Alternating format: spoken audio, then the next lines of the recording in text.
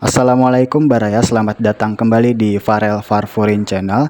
Perkenalkan semuanya, saya Muhammad Farel Alfahreza, mahasiswa jurusan Bimbingan dan Konseling Fakultas Keguruan dan Ilmu Pendidikan Universitas Lambung Mangkurat, Banjarmasin dengan NIM 2410123210008 pada mata kuliah BK Berkebutuhan Khusus dengan dosen pengampu Ibu Dr. Ririanti Rahmayani Jamain SPSI MPD dan Ibu Asih Nur Zahidah SPD MPD. Pada kesempatan kali ini saya akan menjelaskan tentang teknik-teknik konseling yang dapat digunakan pada anak berkebutuhan khusus.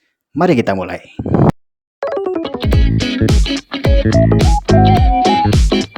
Yang pertama ada teknik sinema edukasi. Menurut Hasanah et al. Pada tahun 2025, teknik ini merupakan layanan tidak langsung berupa bimbingan kelompok lewat film pendek untuk siswa reguler agar menumbuhkan kesadaran sosial dan mencegah bullying terhadap ABK di sekolah.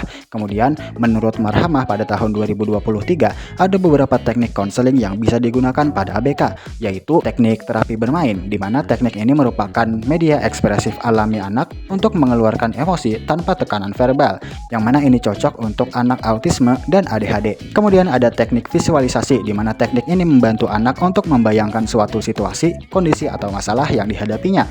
Ini cocok untuk ABK yang kesulitan dalam memproses informasi verbal secara lisan. Kemudian ada teknik mindfulness, di mana teknik ini melatih anak untuk fokus pada momen saat ini.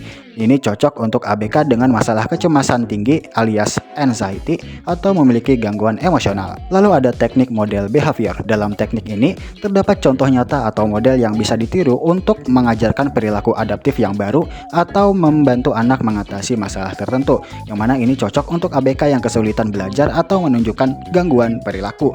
Kemudian ada teknik penguatan positif, yang mana teknik ini dilakukan dengan memberikan pujian atau hadiah setiap kali anak berhasil menunjukkan satu perilaku positif agar si anak cenderung mengulangi perilaku positif tersebut, yang mana ini cocok untuk ABK dengan ADHD maupun anak lainnya agar motivasi belajar mereka meningkat. Kemudian ada teknik restrukturisasi kognitif, di mana teknik ini membantu mengubah pola pikir negatif menjadi lebih sehat pada ABK yang mengalami kecemasan kronis atau depresi.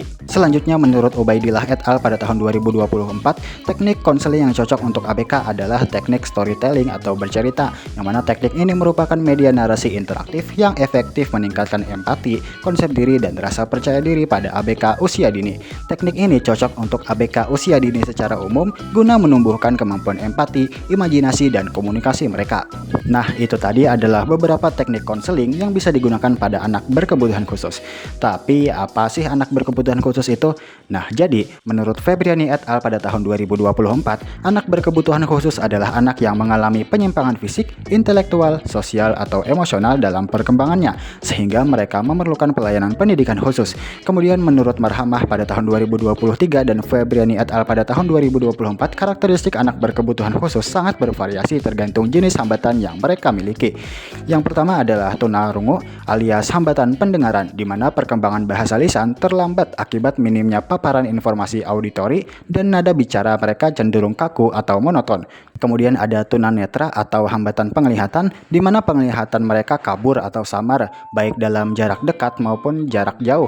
Medan pandangan mereka terbatas serta sangat sensitif terhadap cahaya. Kemudian ada tunagrahita alias hambatan intelektual, di mana fungsi mental dan intelektual mereka berada jauh di bawah rata-rata, sehingga mereka mengalami kesulitan besar dalam tugas akademik, komunikasi, dan adaptasi sosial. Kemudian ada autisme, yaitu hambatan kognitif, emosi, dan sosial, di mana anak mengalami hambatan interaksi dan cenderung asyik dengan pikiran serta dunia fantasinya sendiri tanpa memedulikan kenyataan.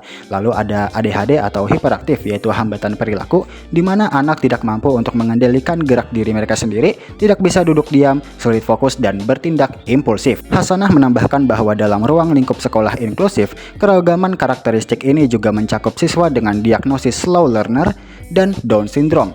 Menurut Febriani, slow learner artinya anak yang lambat dalam belajar, yang sulit memahami informasi atau petunjuk multilangkah, sehingga nilai akademiknya seringkali kurang bagus. Kemudian menurut Zevanya pada tahun 2025, Down syndrome adalah kelainan genetik bawaan akibat kelebihan satu kromosom yang ditandai dengan ciri fisik khas seperti ukuran kepala relatif kecil, lidah besar, dan berleher pendek dengan lipatan kulit. Nah, menurut Febriani et al., faktor dan penyebab seorang anak bisa menjadi anak berkebutuhan khusus terjadi pada 3 masa, yaitu sebelum kelahiran, saat kelahiran, dan setelah kelahiran.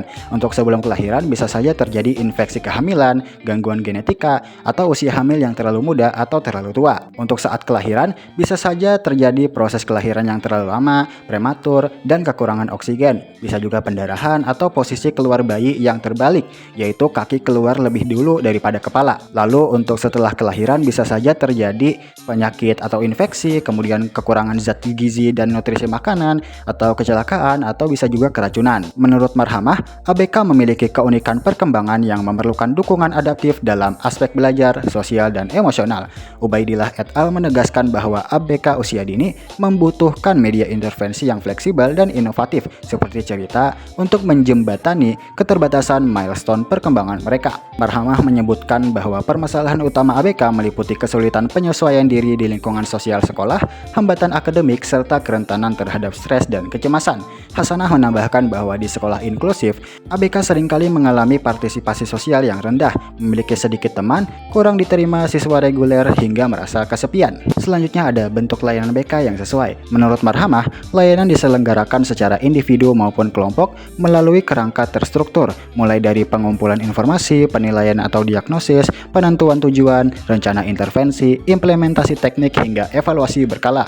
Kemudian ada solusi umum dan spesifik dalam strategi pembelajaran. Menurut Marhamah dan Ubaidillah, solusi umumnya adalah dengan melibatkan tenaga profesional lain seperti psikolog atau dokter, mengadakan pelatihan penanganan ABK bagi pendidik, serta menggalang dana fasilitas sekolah. Sedangkan solusi spesifiknya adalah dengan menerapkan teknik BK adaptif di kelas seperti teknik bercerita untuk mendongkrak rasa percaya diri anak atau penguatan positif untuk meningkatkan motivasi belajar. Kemudian ada peran keluarga dan sekolah. Menurut Marhamah, sekolah berperan sentral dalam menyusun program adaptif berbasis kebutuhan nyata anak serta mengordinasikan pelayanan. Sedangkan keluarga membangun kerjasama dengan guru agar program pendampingan perkembangan anak di rumah dan di sekolah berjalan selaras.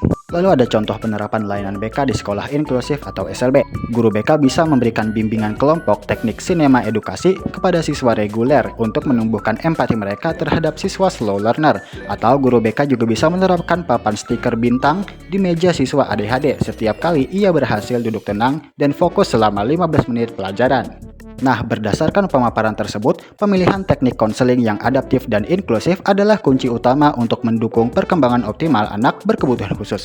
Melalui kolaborasi antara guru BK, guru kelas, dan orang tua, kita bisa menciptakan lingkungan sekolah yang ramah anak, serta bebas dari perundungan maupun stigma negatif.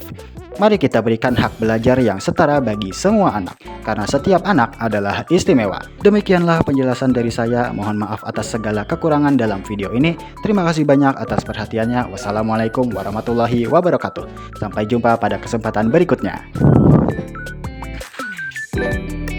Saya